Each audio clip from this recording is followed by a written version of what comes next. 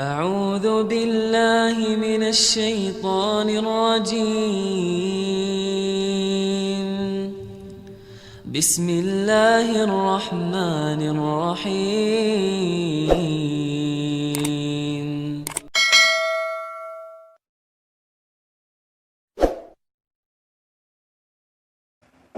Bismillahirrahmanirrahim. Al-hadratin Nabi Mustafa sallallahu alaihi wasallam wa ala alihi wa sahbihi wa tabi'ina wa ihsana yaumiddin wa amal amilina alladhina balaghuna hadzal-din wa ana abaina ummahatina wa jami'al muslimin wa muslimat khususan ila al-Imam Abu Isa At-Tirmidzi wa li jami'i masyayikhina wa asatidina wa li muallimina wa man 'allamna al-Qur'an wa man 'allamana al-Qur'an al-Karim wa 'allamna bisyumilillahil Fatihah. A'udzu billahi minasyaitonir rajim. Bismillahirrahmanirrahim. Maliki yaumiddin.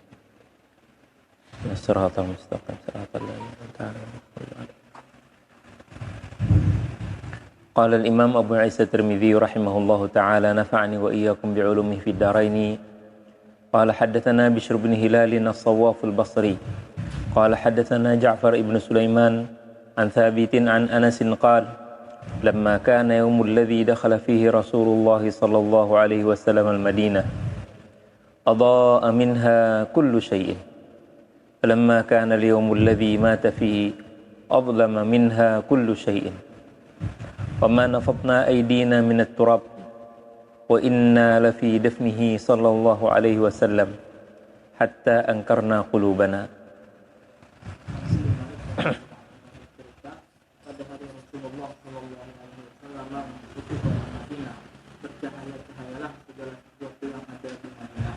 Namun dikala beliau wafat, muramlah segala sesuatu yang ada di Madinah. Kami tidak melepaskan tangan-tangan kami dari tanah, dan sungguh kami telah menyebutnya. Rasanya hati kami tak mempercayainya akan kejadian tersebut. Barakallahu fiik. Jadi terjemah yang akhir itulah hatta angkarna qulubana, hati kami tidak percaya dengan kejadian wafatnya Rasulullah. Karena begitu luar biasanya Rasulullah SAW ini bagi sahabat Nabi dan seharusnya juga bagi kita. Jadi kita harus merasakan ketika kita jauh daripada ajaran Rasulullah, jauh daripada sunnah Rasulullah SAW. Bagaimana caranya kita merasakan seperti sahabat radhiyallahu anhum? Maka hendaklah kita sering membaca hadis-hadis Nabi SAW. Kata Sayyidina Abu Daud As-Sajistani, pengarang kitab As-Sunan, barang siapa membaca kitabku ini di rumahnya, maka sesungguhnya dia telah menghadirkan Rasulullah SAW. Jadi bagi kita, kalau kita hendak menghadirkan Rasulullah di rumah kita, kita baca hadis-hadis Nabi SAW di rumah-rumah kita. Jadi alhamdulillah, salah satu contoh apa yang dilakukan oleh jamaah tabligh. Setiap selesai salat beliau membaca kitab Riyadhus Shalihin, himpunan hadis-hadis Nabi SAW yang dihimpun oleh Sayyidina Al-Imam An-Nawawi. Maka banyak ikhwat jamaah tabligh ini merasakan sentuhan-sentuhan iman di hati mereka, walaupun latar belakang mereka itu orang awam, bahkan ada yang jauh daripada ajaran Islam. Dulunya preman, dulunya sesat, dulunya tidak tahu tentang sholat dan sebagainya. Tapi dengan kehadiran beliau melaksanakan sholat berjamaah di masjid atau musalla, mendengar hadis-hadis dari Nabi SAW, maka hiduplah hati mereka. Jadi itulah juga yang dilakukan oleh sahabat Nabi radhiyallahu anhu. Di antaranya yang muda-muda ini, Sayyidina Anas bin Malik, Abdullah bin Abbas, Abdullah bin Umar. Kalau Anas bin Malik kan 10 tahun bersama Rasulullah, berkhidmah kepada Rasulullah SAW, sehingga mereka menyatakan demikian. Ketika Rasulullah masuk, dunia itu berseri-seri, bercahaya. Ketika Rasulullah wafat, seakan-akan buram semuanya. Sampai kami ini kada percaya jasidin dengan hati kami, kok Rasulullah sudah meninggalkan. Tapi apa sikap mereka? Mereka tidak menangis, meratap, enggak. Tapi mereka menjalankan sunnah Rasulullah SAW. Zain Abu Bakar radhiyallahu anhu ketika mengambil keputusan dan sebagainya, beliau bertanya dengan sahabat-sahabat lain, adakah Rasulullah mengajarkan? Sayyidina Umar makin lagi, Sayyidina Umar itu malah beliau punya majelis permusyawaratan. Majelis permusyawaratan beliau, siapa yang di sana? Adalah sahabat-sahabat Nabi, pembesar sahabat Nabi, yang sering bersama Rasulullah. Makanya sezaman Sayyidina Umar tidak mengizinkan mereka boleh keluar Madinah. Hanya gubernur-gubernur saja yang ditugaskan untuk memimpin kaum muslimin di daerah lain. Tapi sahabat-sahabat yang tidak bertugas, itu semuanya diwajibkan tinggal di Madinah. Buat apa? Tujuannya beliau lebih mudah rujuk kepada hadis-hadis Rasulullah SAW. Siapa yang di antara mereka yang masih ingat sabda Rasulullah? Siapa yang di antara mereka tahu?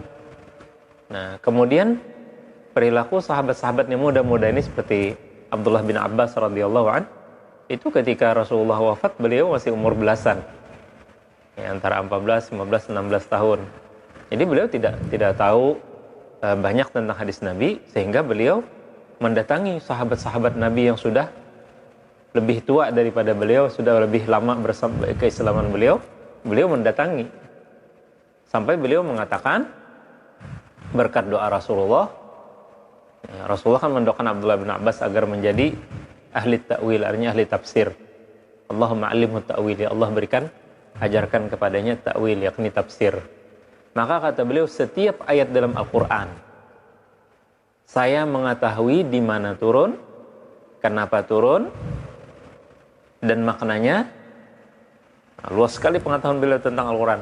Tapi masih beliau sederhana mengatakan, andai kata saya mendengar ada orang yang mengetahui sesuatu yang tidak saya ketahui, maka saya akan datangi dia. Tidak hanya perkataan beliau lakukan, tapi juga beliau melakukan terhadap apa? Dengan tingkah laku mereka, beliau.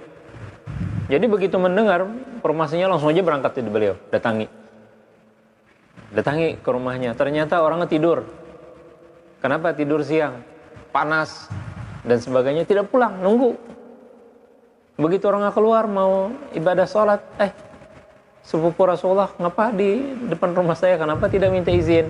Jadi kata beliau, saya tidak mau mengganggu sampian. Tapi apa hajat Anda? Hajat saya dengar bahwa sampian punya hadis dari Rasulullah SAW yang belum saya dengar, saya minta. Saya mau mendengarnya. Jadi kata si sahabat ini, sepupu Rasulullah, nah bagusnya Anda tinggal kirim aja seseorang, nanti saya datangin. Apa kata beliau? Innal ilma ya'ti la yu'ta. Ilmu itu didatangi, bukan mendatangi. Nah, oleh karena itu, saudara-saudari, ketika kita menuntut ilmu itu harus kita punya niat, kita punya gagasan, kitalah yang mendatangi guru-guru kita, bertanya kepada beliau-beliau. Maka kita insya Allah mendapatkan keberkahan, kita mengenali hadis-hadis Nabi Sallallahu Alaihi Wasallam. Perlu kita garis bawahi, hatta angkarna qulubana, di sana ada kaum Syiah yang merubah maknanya. Hatta angkarna qulubana artinya sahabat itu katanya murtad, pada semuanya murtad. Nah, ini tentunya tuduhan yang tidak benar dan tidak pantas diucapkan terhadap sahabat Nabi radhiyallahu anhu ardhahum. Qala haddatsana Ibnu Hatim qala haddatsana Amir bin Salih an Hisham bin Urwah an abihi an Aisyah qalat tufiya Rasulullah sallallahu alaihi wasallam yawm al-Itsnain.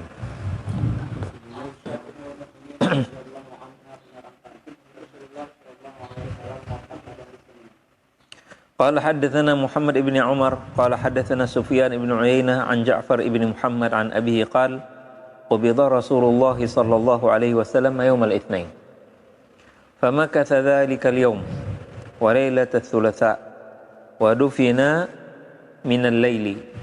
وقال سفيان وغيره يسمع صوت المساح من آخر الليل.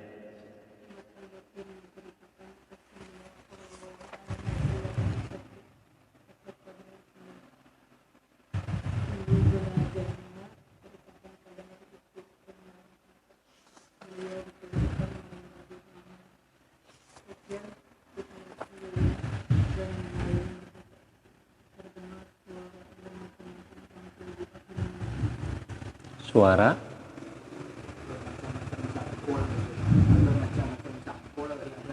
Oh ya, cangkul tu lah.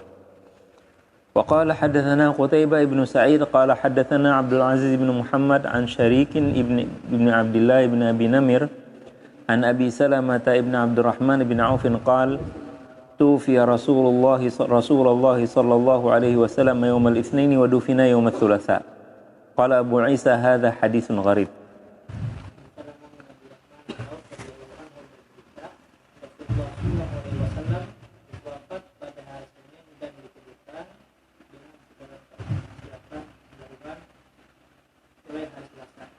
Nah, hadis-hadis ini menjelaskan wafatnya Rasulullah pada hari Senin dan dimakamkan pada hari Selasa.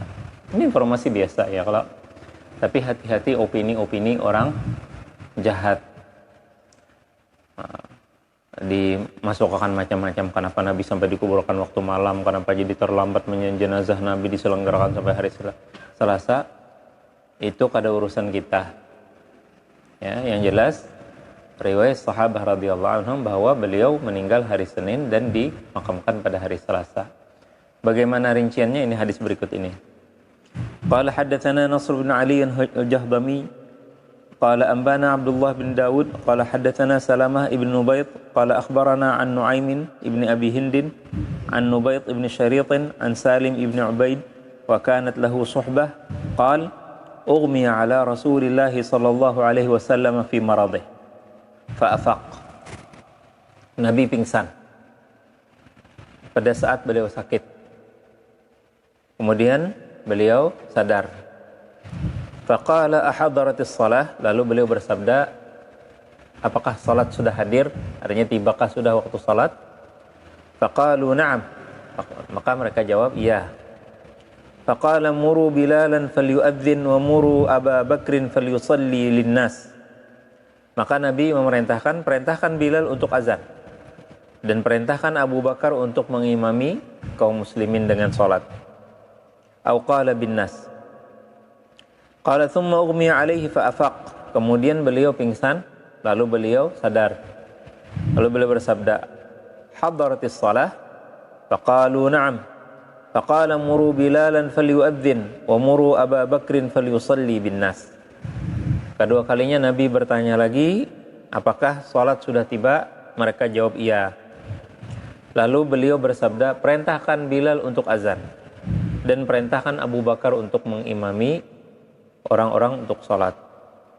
Faqalat Aisyah, inna abi rajulun asifun idza qama dhalikal maqam baka fala yastati' walau amarta ghairahu. Lalu Aisyah berkata, sesungguhnya ayah ulun itu orangnya asif, itu artinya cepat nangis, cepat merasa sedih. Bila beliau berdiri pada tempat itu, maksudnya jadi imam, maka beliau menangis, maka beliau tidak akan bisa. Jika engkau ya Rasulullah, perintahkan kepada yang lain. Qala thumma ughmiya alaihi fa afaq. Faqala muru Bilalan falyu'adzin wa muru Aba Bakrin falyusalli bin nas. Kunna sawahibati Yusuf. Kemudian beliau pingsan lagi dan beliau sadar, lalu beliau bersabda, perintahkan Bilal untuk azan dan perintahkan Abu Bakar untuk sholat mengimami orang. Sesungguhnya kalian itu adalah teman-temannya Yusuf. Yang dimaksud di sini teman-temannya Yusuf adalah perempuan-perempuan yang melihat Nabi Yusuf sampai mereka menatak tangan mereka. Bisa difahami artinya bahwa Nabi kehendak disangkal-sangkali itu nah. Bahasa Banjar lah, bahasa Indonesia apa disangkal-sangkali. Dicegat-cegat apa perintah beliau itu, dicegah-cegah perintah beliau. Beliau minta secara langsung dilakukan. Qala fa umira Bilalun fa adzana wa umira Abu Bakrin fa shalla bin nas. Kemudian diperintahkan Bilal untuk azan, maka azanlah beliau. Dan Sayyidina Abu Bakar untuk mengimami masyarakat muslimin, maka juga beliau jadi imam. Thumma inna Rasulullah sallallahu alaihi wasallam wajada khiffah. Jadi setelah mulai sholat dilaksanakan, Nabi merasa ada keringanan. Sakitnya di sini Rasulullah katanya sakit kepala. Ya, dan itu Allah Subhanahu wa taala menghendaki bahwa setiap manusia itu meninggal dunia pasti ada sebab, ya. Jadi sakit kepalanya Rasulullah itu bukan karena ada penyakit dan sebagainya, tapi memang itu sudah ditakdirkan Allah. Beliau sakit, dengan sakit itulah wafatnya beliau. Jadi bukan sakit yang seperti kita kena penyakit salah makan, minum, kurang gizi dan sebagainya. Tidak ada penyakit bagi Nabi SAW, dan para nabi-nabi tidak ada yang mati meninggal dunia karena sakit, karena penyakit. Nah, jadi sakit di sini apa? Hanya itu bagian daripada apa istilahnya, skenario Allah, bahwa setiap orang yang meninggal dunia pasti ada sebab. Kalau begitu dia meninggal kan bingung karena kita sebagai manusia, meninggal kenapa? Nah, yang bertanya-tanya. Makanya Allah takdirkan Nabi sakit. Nah, jadi tidak ada penyakit ini disebabkan diracun, sebagaimana tuduhan-tuduhan orang kafir bahwa Nabi itu meninggalnya diracun oleh istrinya sendiri. Itu bohong belaka. Ya, langsung aja kita tolak, bohong, kamu bohong bilang itu. Ada lagi yang mengatakan dengan mengait-ngaitkan riwayat bahwa Nabi pernah dikasih makanan berupa kambing dan di lengannya atau bahunya kambing itu ada racun. Lalu Nabi sempat menggigitnya, maka racun itulah yang berpengaruh kepada beliau lalu mengakibatkan wafatnya beliau. Jawabannya juga tidak. Karena riwayat itu kejadiannya lama. Kalau tidak salah beberapa tahun sebelum kejadian Rasulullah wafat. Jadi ini riwayat tidak ada sama sekali, tidak ada kaitannya dengan wafat Rasulullah SAW. Jadi kita jangan sampai percayalah dengan cerita-cerita semacam ini. Saya bukannya menolak riwayat Nabi dikasih racun, tapi riwayat yang menyatakan racun itu berakibat ke wafatnya Rasulullah. Jelaslah. Lalu Nabi mendapatkan apa? Khiffah. Khiffah itu rasa ringan. Beliau bangun. Faqala unzuru ilayya man attakiu alaih. Beliau minta carikan orang yang bisa beliau bersandar kepadanya. Artinya minta dipapah.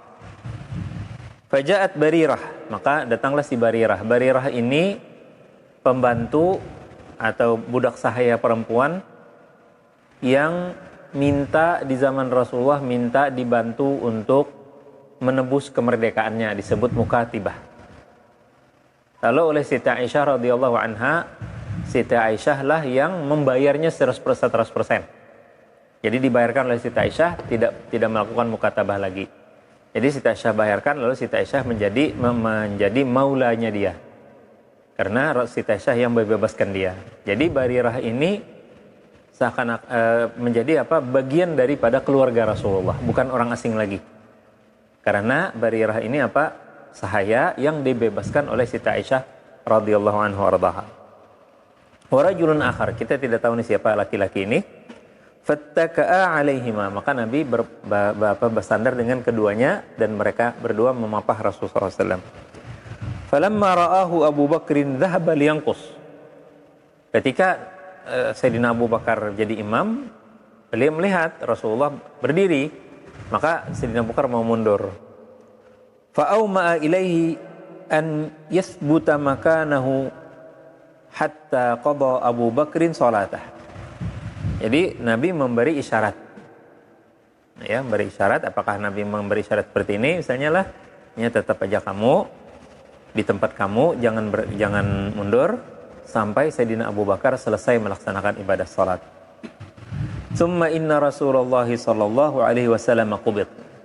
Nah, jadi setelah Sayyidina memastikan umatnya melaksanakan salat yang dipimpin oleh Sayyidina Abu Bakar, maka Rasulullah wafat pada hari Senin yang kemudian dimakamkan pada hari Selasa. Faqala Umar, wallahi la asma'u ahadan yadhkuru anna Rasulullah sallallahu alaihi wasallam qubida illa darabtuhu bisayfi hadha. Sayyidina Umar mengultimatum. Atau bahasa Banjarnya, Pak, menyanyangit. Menyanyangit Sayyidina Umar. Demi Allah, tidak ada seseorang yang aku dengar menyebut bahwa Rasulullah telah wafat maka aku akan pukul dia dengan pedangku ini. Sayyidina Umar orangnya emosional, cepat bertindak, cepat juga emosinya meningkat. Kenapa beliau mengucapkan ini? Karena beliau tidak percaya Rasulullah wafat. Karena cintanya beliau kepada Rasulullah, sehingga mendengar wafatnya Rasulullah itu kayak kada percaya lah. Sampai-sampai di dalam riwayat lain ada yang menyebutnya Sayyidina Umar itu beralasan itu Rasulullah bukan wafat, tapi beliau miqat seperti Nabi Musa alaihissalam, 40 hari akan kembali lagi. Qala wa kana an-nasu ummiyin lam yakun fihim nabiyyun qablah fa amsaka an-nas.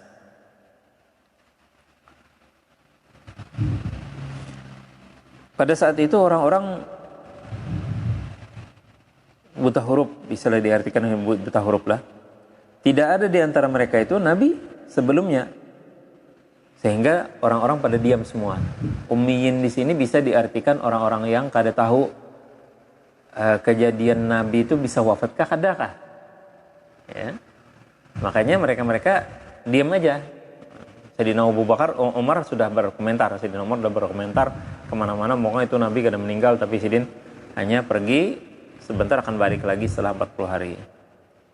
Faqalu ya Salim, intaliq ila sahibi Rasulillah sallallahu alaihi wasallam fad'uh. Rawi hadisnya Salim bin Ubaid ya, ini sahabat Nabi.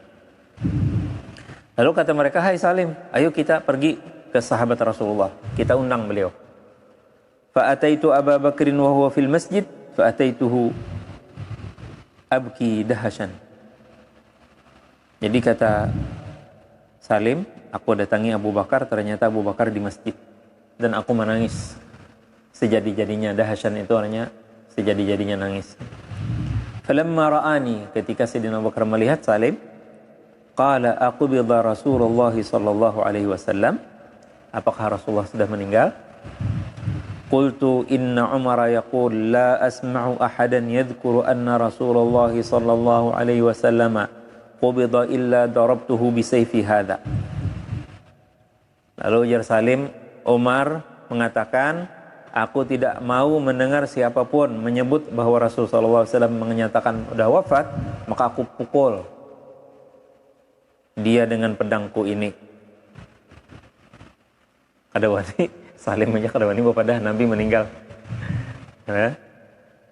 Faqala li, lalu Sayyidina Abu Bakar mengatakan, intaliq. Fantalaqtu ma'ahu faja'a huwa wan nasu qad dakhalu ala Rasulillah sallallahu alaihi wasallam. Lalu kata Sayyidina Abu Bakar, kita berangkat, pergi. Maka pergilah aku bersama beliau, lalu datang orang-orang.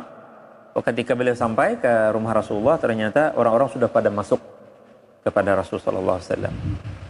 Faqala ayyuhan nas afrijuli fa afrajulah. Sayyidina Abu Bakar minta disisihkan, tolong sisihkan jalan.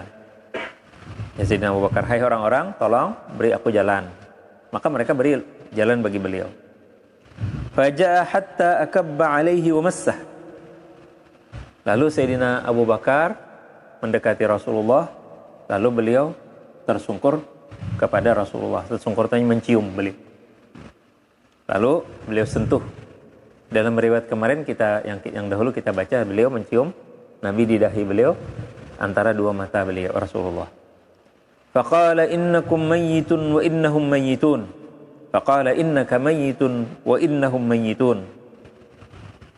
Lalu Sayyidina Abu Bakar membacakan ayat Al-Qur'an, sesungguhnya engkau hai Muhammad akan wafat dan mereka pun sesungguhnya akan wafat.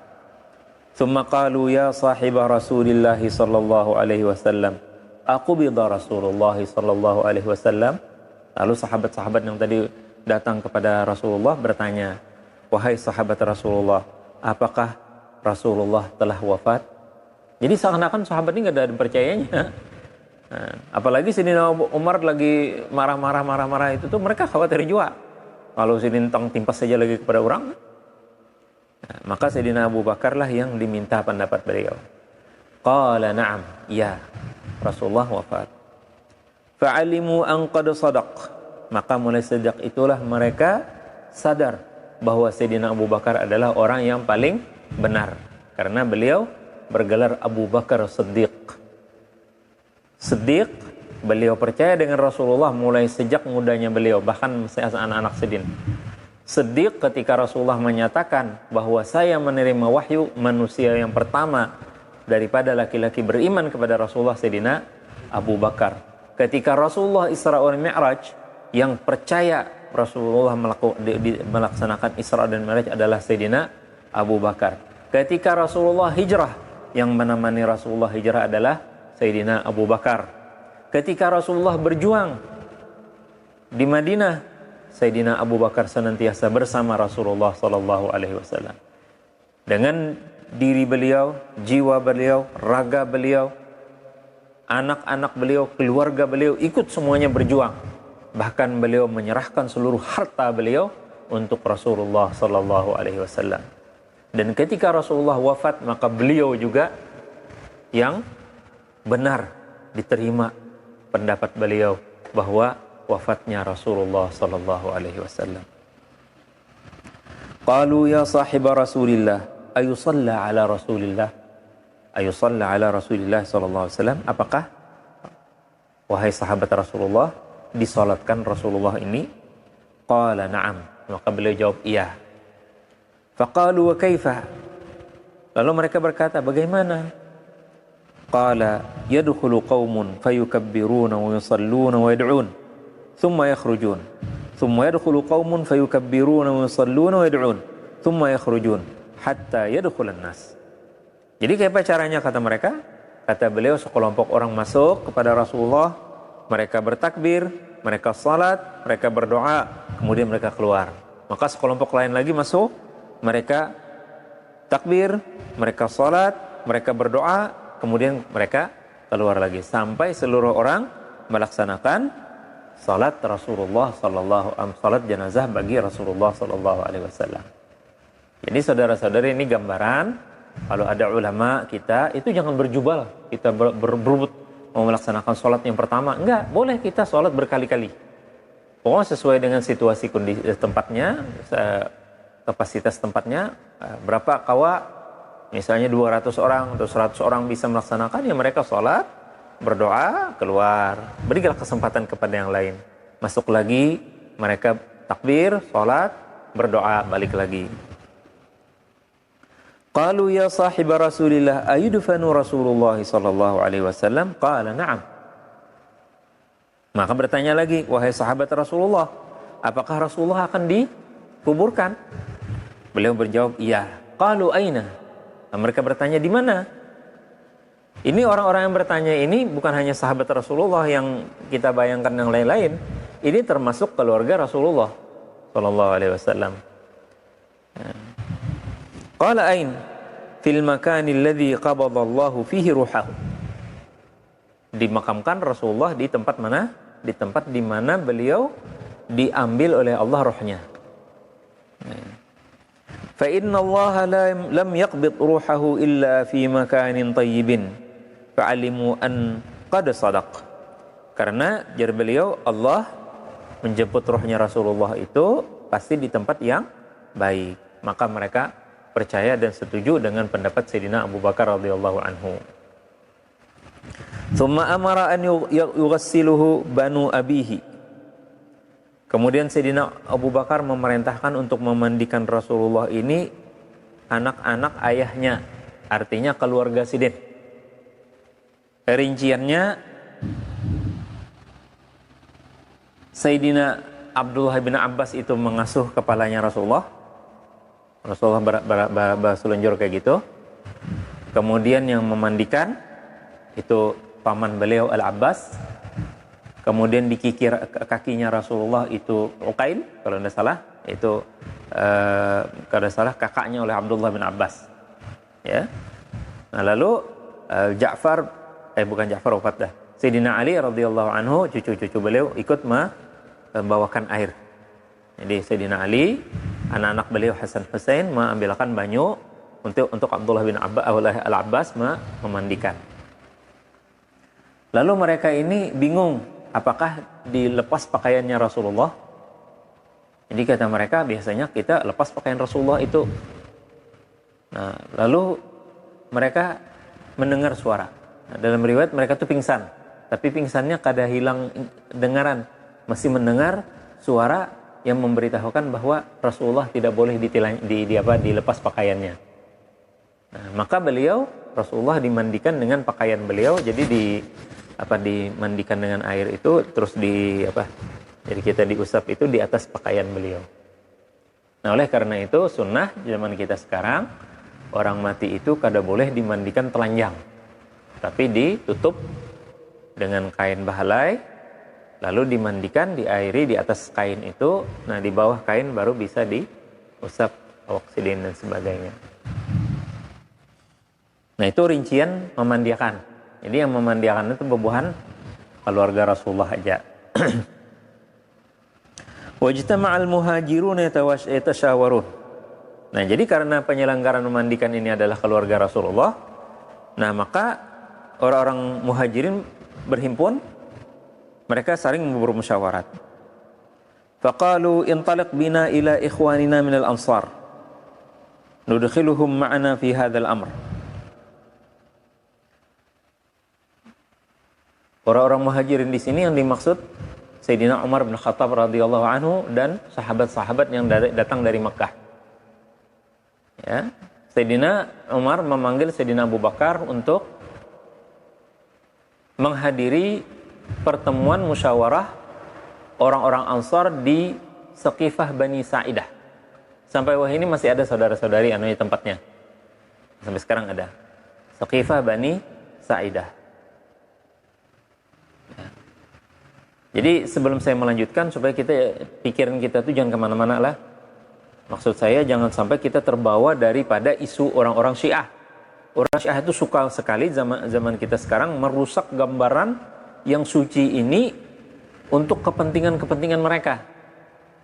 Jadi mereka menuduh Sayyidina Umar itu dan Abu Bakar hanya ambisius menjadi raja, menjadi khalifah. Ini Nabi aja belum selesai lagi dimandiakan, belum dikuburkan sudah memikirkan kedudukan. Maka jawaban kita kaum muslimin bahwa penyelenggaraan jenazah Rasulullah sudah dihandle oleh keluarga beliau. Dihandle oleh keluarga beliau. Dan orang-orang Ansar berkumpul untuk memilih khalifah setelah Rasulullah karena menurut pandangan Islam, pemimpin itu adalah Rasulullah. Ketika Rasulullah wafat, harus sesegera mungkin ada penggantinya. Menjaga kestabilan negara, menjaga siapa yang mengatur dan memimpin kaum muslimin. Makanya Ibnu Taimiyah menyatakan satu malam tidak ada pemimpin lebih berbahaya daripada 60 tahun dipimpin ada pemimpinnya, tapi pemimpinnya zalim. Pemimpinnya zalim lebih baik 60 tahun dia memimpin zalim daripada satu malam tidak ada pemimpin.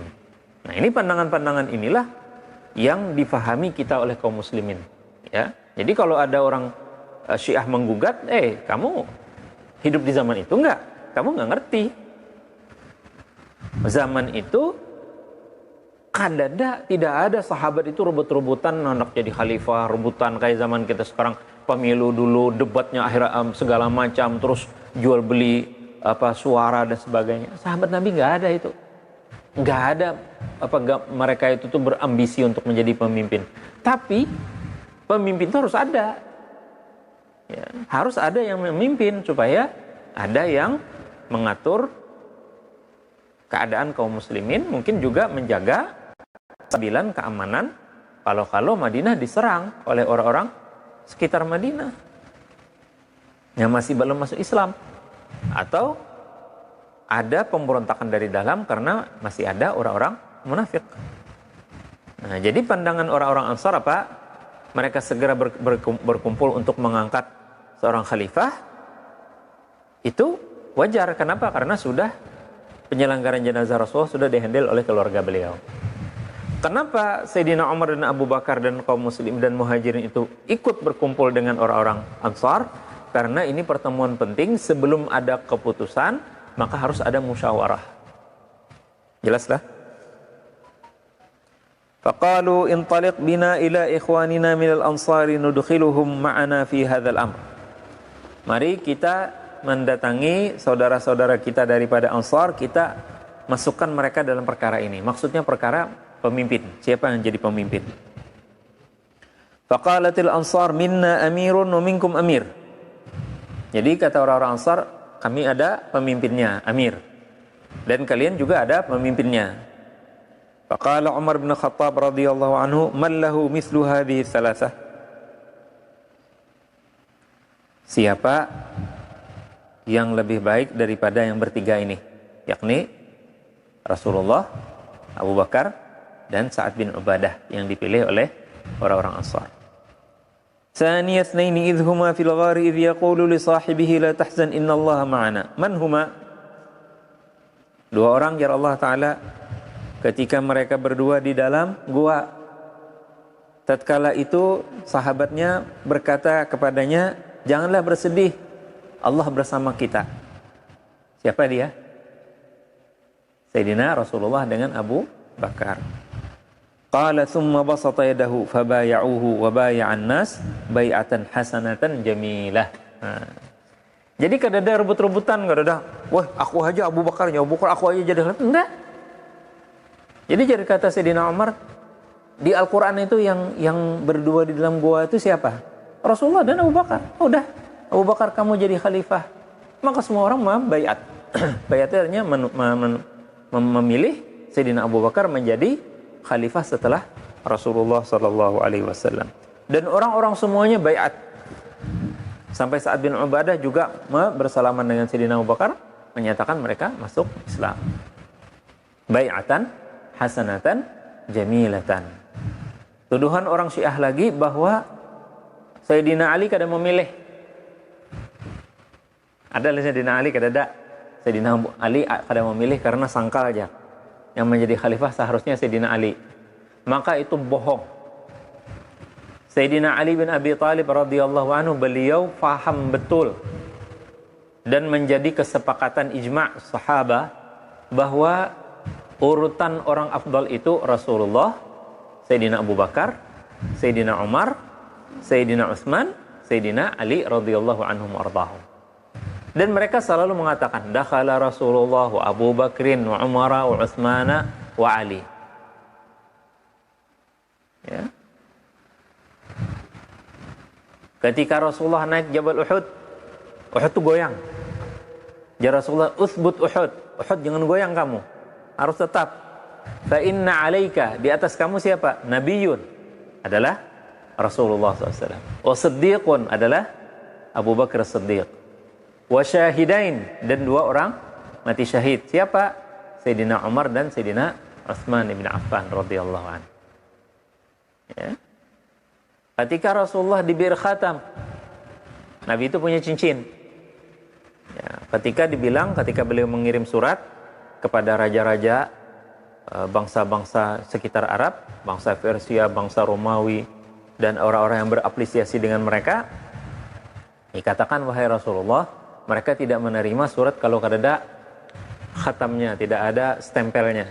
Maka dibikinlah oleh Rasulullah stempel, bertuliskan Muhammadun, baris pertama, kedua, kemudian Rasulu, baris kedua, ketiganya Rasulu, angka tiganya Allah. Jadi Muhammadun Rasulullah, itu stempelnya. Nah, stempel ini Rasulullah duduk di Bir Khatam.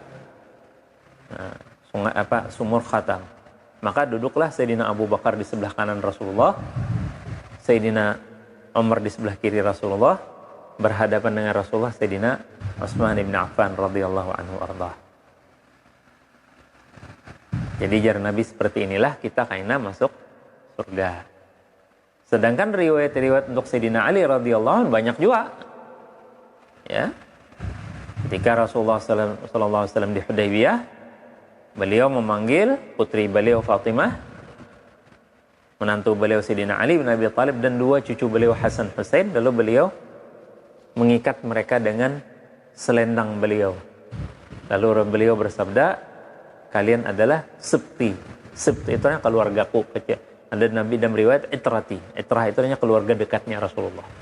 Dan beliau menyatakan bahwa seperti inilah Rasulullah, seperti inilah nanti mereka masuk surga. Jadi opini Syiah itu mereka merongrong kita Ahlus Sunnah wal Jamaah dengan tujuan apa? Membikin kita ini benci kepada salah satu daripada sahabat Nabi radhiyallahu anhum ardhahum, terutama Muawiyah. Padahal kita sepakat ulama Ahlus Sunnah wal Jamaah menyatakan bahwa sahabat Nabi itu semuanya kita beriman, semuanya kita cintai. Walaupun kita meyakini bahwa mereka itu ala tafawutin fid darajat. Mereka itu memiliki tingkatan-tingkatan yang berbeda-beda. Jadi ada yang paling tinggi Sayyidina Abu Bakar, kemudian Sayyidina Umar, kemudian Sayyidina Utsman, kemudian Sayyidina Ali radhiyallahu anhum ardhahum, kemudian sahabat 10 yang dinyatakan oleh Rasulullah ahli surga, kemudian sahabat-sahabat lain yang dinyatakan oleh Rasulullah juga ahli surga, walaupun kada masuk dalam yang 10 ini, diantaranya Bilal bin Rabah dan yang lain-lain. Siti Khadijah radhiyallahu anhu ardaha itu kada masuk dalam 10, tapi mereka juga orang-orang yang dinyatakan oleh Rasulullah ahli surga dalam mereka, sedangkan mereka masih hidup. Nah, kemudian sahabah ahli Badar itu paling tinggi daripada yang berkelompok. Nah, kemudian ahli Ghazawat yang 4 tahun Rasulullah berjuang. Ya, kemudian orang-orang yang beriman sebelum berhijrah. Nah, di Al-Qur'an pun dinyatakan itu kalau la yastawil ladzina surah Al-Hadid itu paling terakhir. Nah, jadi di situ dinyatakan lagi orang yang sebelum beriman kepada Rasulullah sebelum hijrah dengan orang yang beriman kepada Rasulullah setelah berhijrah. Jadi kita ahli sunnah wal jamaah haram hukumnya membenci salah satu daripada sahabat radhiyallahu anhu. Dan Nabi memerintahkan kepada kita untuk berqudwah kepada mereka. Wajah Rasul sallallahu alaihi wasallam, ashabi kan nujum ayyum iqtadaitum ihtadaitum ayyuhum iqtadaitum ihtadaitum. Sahabatku itu seperti bintang-bintang. Siapa saja di antara mereka kita jadikan suri tauladan bagi kita, maka kita dapat hidayah. Nah, sehingga kita beriktidak tadi artinya menjadi suri tauladan itu cocokkan diri kita. Ya. Ada orang-orang yang kadang mau berpikir masalah dunia ini nih, kadang nak ngalih masalah dunia ini, pokoknya ibadah aja, pokoknya zuhud, enggak pedulilah dengan masalah dunia. Itu contohnya kita Abu Dzar radhiyallahu anhu ardah. Nah, kalau kita pengen kita alhamdulillah diberi Allah kecerdasan, nah siapa yang kita turuti? Sayyidina Ali bin Abi Thalib radhiyallahu anhu dengan ilmu yang luas, kecerdasannya. Makanya Rasulullah bersabda, "Ana Madinatul Ilm wa Aliyun babuha." Aku adalah kotanya ilmu, Ali pintunya. Banyak beliaulah yang menguasai ilmu itu. Nah, kalau kita mau jadi saudagar yang besar dan dermawan, saudagar kaya tapi dermawan siapa? Sayyidina Utsman bin Affan. Ana Madinatus Sakha wa Utsman babuha. Aku negerinya pemberi, dermawan. Utsman pintunya. Wa ana Madinatus Syaja'ah, akulah kotanya keberanian. Wa Umarun babuha, Umar pintunya. Wa ana Madinatul Ra'fah, akulah kotanya kasih sayang, maka Abu Bakar pintunya. Jadi masing-masing sahabat radhiyallahu anhum memiliki keistimewaan. Hanya yang kita sayangkan, yang kita hafal Ana Madinatul Ilm wa Aliyun babuha. Gitu disebutnya. Padahal hadisnya banyak, luas. Ya. Nah, jadi oleh karena itu kita harus banyak membaca tentang hadis-hadis Nabi sallallahu alaihi wasallam. Kita lanjutlah 2 hadis lagi. Qala haddatsana Nasr bin Ali, qala haddatsana Abdullah bin Zubair, syaikhun bahiliyun qadimun basariyun, qala haddatsana Thabit al-Bunani an Anas bin Malik qala lamma wajada Rasulullah sallallahu alaihi wasallam min al-karbil maut ma wajada, qalat Fatimah radhiyallahu ta'ala anha wa karbah فقال النبي صلى الله عليه وسلم لا كرب على أبيك بعد اليوم إنه قد حضر من أبيك ما ليس بتارك منه أحدا الموافاة يوم القيامة. Silakan.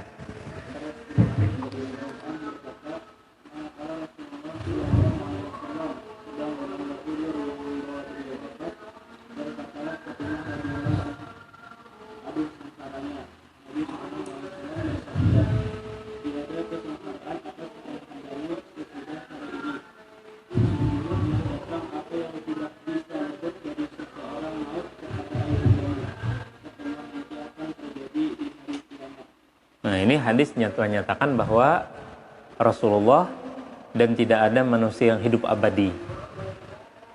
Ya.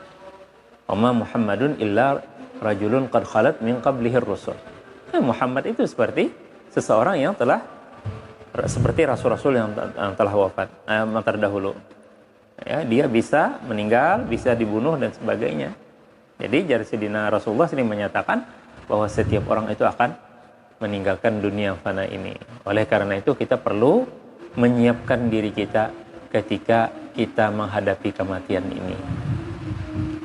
Waqala hadatsana Abu al-Khattab Ziyad ibn Yahya al-Basri wa Nasr ibn Ali qala hadatsana Abdu Rabbih ibn Bariq al-Hanafi qala sami'tu jaddi Aba Ummi Simak ibn al-Wali yuhaddithu annahu sami'a Ibn Abbas radhiyallahu anhuma yuhaddithu annahu sami'a Rasulullah sallallahu alaihi wasallam yaqul man kana lahu faratan min ummati adkhalahu Allah ta'ala bihimal jannah. Qalat Aisyah radhiyallahu anha faman kana lahu faratun min ummatik qala wa man kana lahu faratun ya muwaffaqah qalat faman lam yakul lahu faratun min ummatik qala fa ana faratun li ummati la yusabu bimithlihi.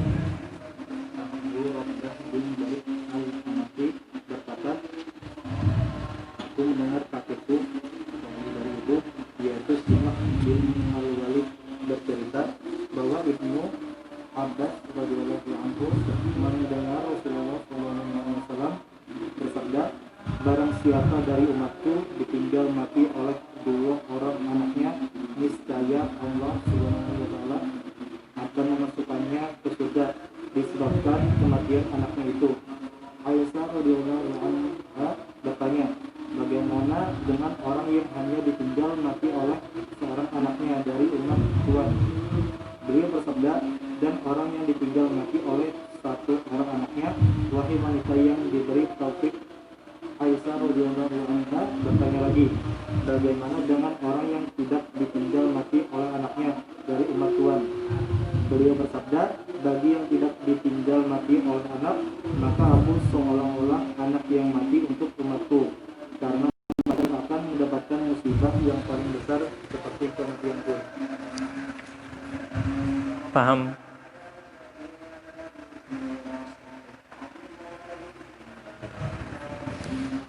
Anak nangis kata kita. Kalau pian nangis wajar. Isi anak meninggal dunia itu paling berat bagi kita. Apalagi sampai 2 orang anak. Apalagi anak kita ini sudah kita besarkan, sudah kuliah. Ulun bahaya anak babini aja lagi. Kayaknya anak kayak. Di hari anak menikahnya meninggal dunia. Kayak apa perasaan kita? Sebagai ayah, sebagai ibu. Berat. Ya Allah. Jika kada iman kita terhadap Allah Subhanahu wa taala dan ucapan kita inna lillahi wa inna ilaihi raji'un, itu kita kada kobo pandira lagi. Bahamuk-hamuk sekalipun kada akan bisa berubah keadaannya. Makanya jar Nabi, bilanya sabar maka baginya surga. Siti Aisyah ini radhiyallahu anha wa ardhaha adalah wanita yang hebat. Dia nggak bertanya untuk dirinya, untuk siapapun. Dia bertanya supaya umat ini dapat berataan, dapat surga berataan. Dia bertanya, kayak apa Rasul kalau sekong haja? Maka jar Nabi, dapat juga masuk surga. Wahai yang diberi Allah petunjuk, dapat taufik. Jadi saudara-saudara, kalau kita menuntut ilmu, jangan supan bertanya. Kenapa? Karena dengan pertanyaan kita ini justru kita membukakan pemikiran-pemikiran saudara-saudara kita yang lain. Paling tidak banget. Yang hadir, oh iya juga lah. Dia bertanya, aku tadi kadet. Oh ini pertanyaan penting nih. Siti Aisyah radhiyallahu anha, orang-orang yang bertanya itu dapat taufik. Sudah. Kayak apa ya Rasulullah kada anak? Membisi anak 2 masuk surga. Meninggal anak 2 masuk surga. Mensikong haja pang masuk surga juga. Amun kada ada pang. Ini bukan ngeyel. Orang-orang yang benci dengan Siti Aisyah radhiyallahu anha tuh selalu aja yang baik itu dikatakan kada baik. Ini jar Siti Aisyah ini ngeyel orangnya, tujuh betakun terus. Enggak. Justru beliau bertanya, inilah kita mendapatkan barokah. Jawaban dari Rasulullah. Andai kata ya Rasulullah, kadada ini kada bisi anak, kadada yang meninggal dunia, yang terdahulu padanya, dapatlah jawab pahala. Jawaban Nabi, dapat. Kenapa? Karena musibahnya wafatnya aku tuh sama dengan musibah mati anaknya. Makanya kalau kita baca sejarah Rasulullah khususnya tentang wafatnya beliau ini, kita merasa sedih. Dan kesedihan ini tentunya tidak membuat kita pasif, tapi insya Allah menjadi kita lebih aktif untuk menuntut ilmu, untuk belajar, untuk menyampaikan ajaran Islam ini. Semoga Allah Subhanahu wa ta'ala menemukan kekasih kita yang kita rindukan, Sayyidina Rasulullah sallallahu alaihi wasallam. Ya Allah, ya Tuhan kami hamba-hambamu yang lemah, tidak dapat melaksanakan apa yang diajarkan oleh Rasulullah Muhammad sallallahu alaihi wasallam. Karena syahwat dan halangan-halangan yang lain yang tidak dapat kami lakukan. Tapi kami, ya Allah, ya Tuhan kami, percaya dan yakin atas firman Engkau, wa ma kana Allahu liyu'adzibahum wa anta fihim wa ma kana Allahu liyu'adzibahum hum yastaghfirun. Tidak akan Allah menyiksa mereka selama Engkau, hai Muhammad, berada di tengah-tengah mereka. Dan tidak akan Allah siksa mereka selama mereka beristighfar. Maka saat ini kami beristighfar, minta ampun kepada Engkau, ya Allah, ya Tuhan kami, atas segala kesalahan dan khilafan kami. Dan pada saat ini pula, ya Rasulullah, ya Allah, ya Tuhan kami, hadirkanlah Rasulullah dalam pikiran, hati kami, ya Allah, ya Tuhan kami.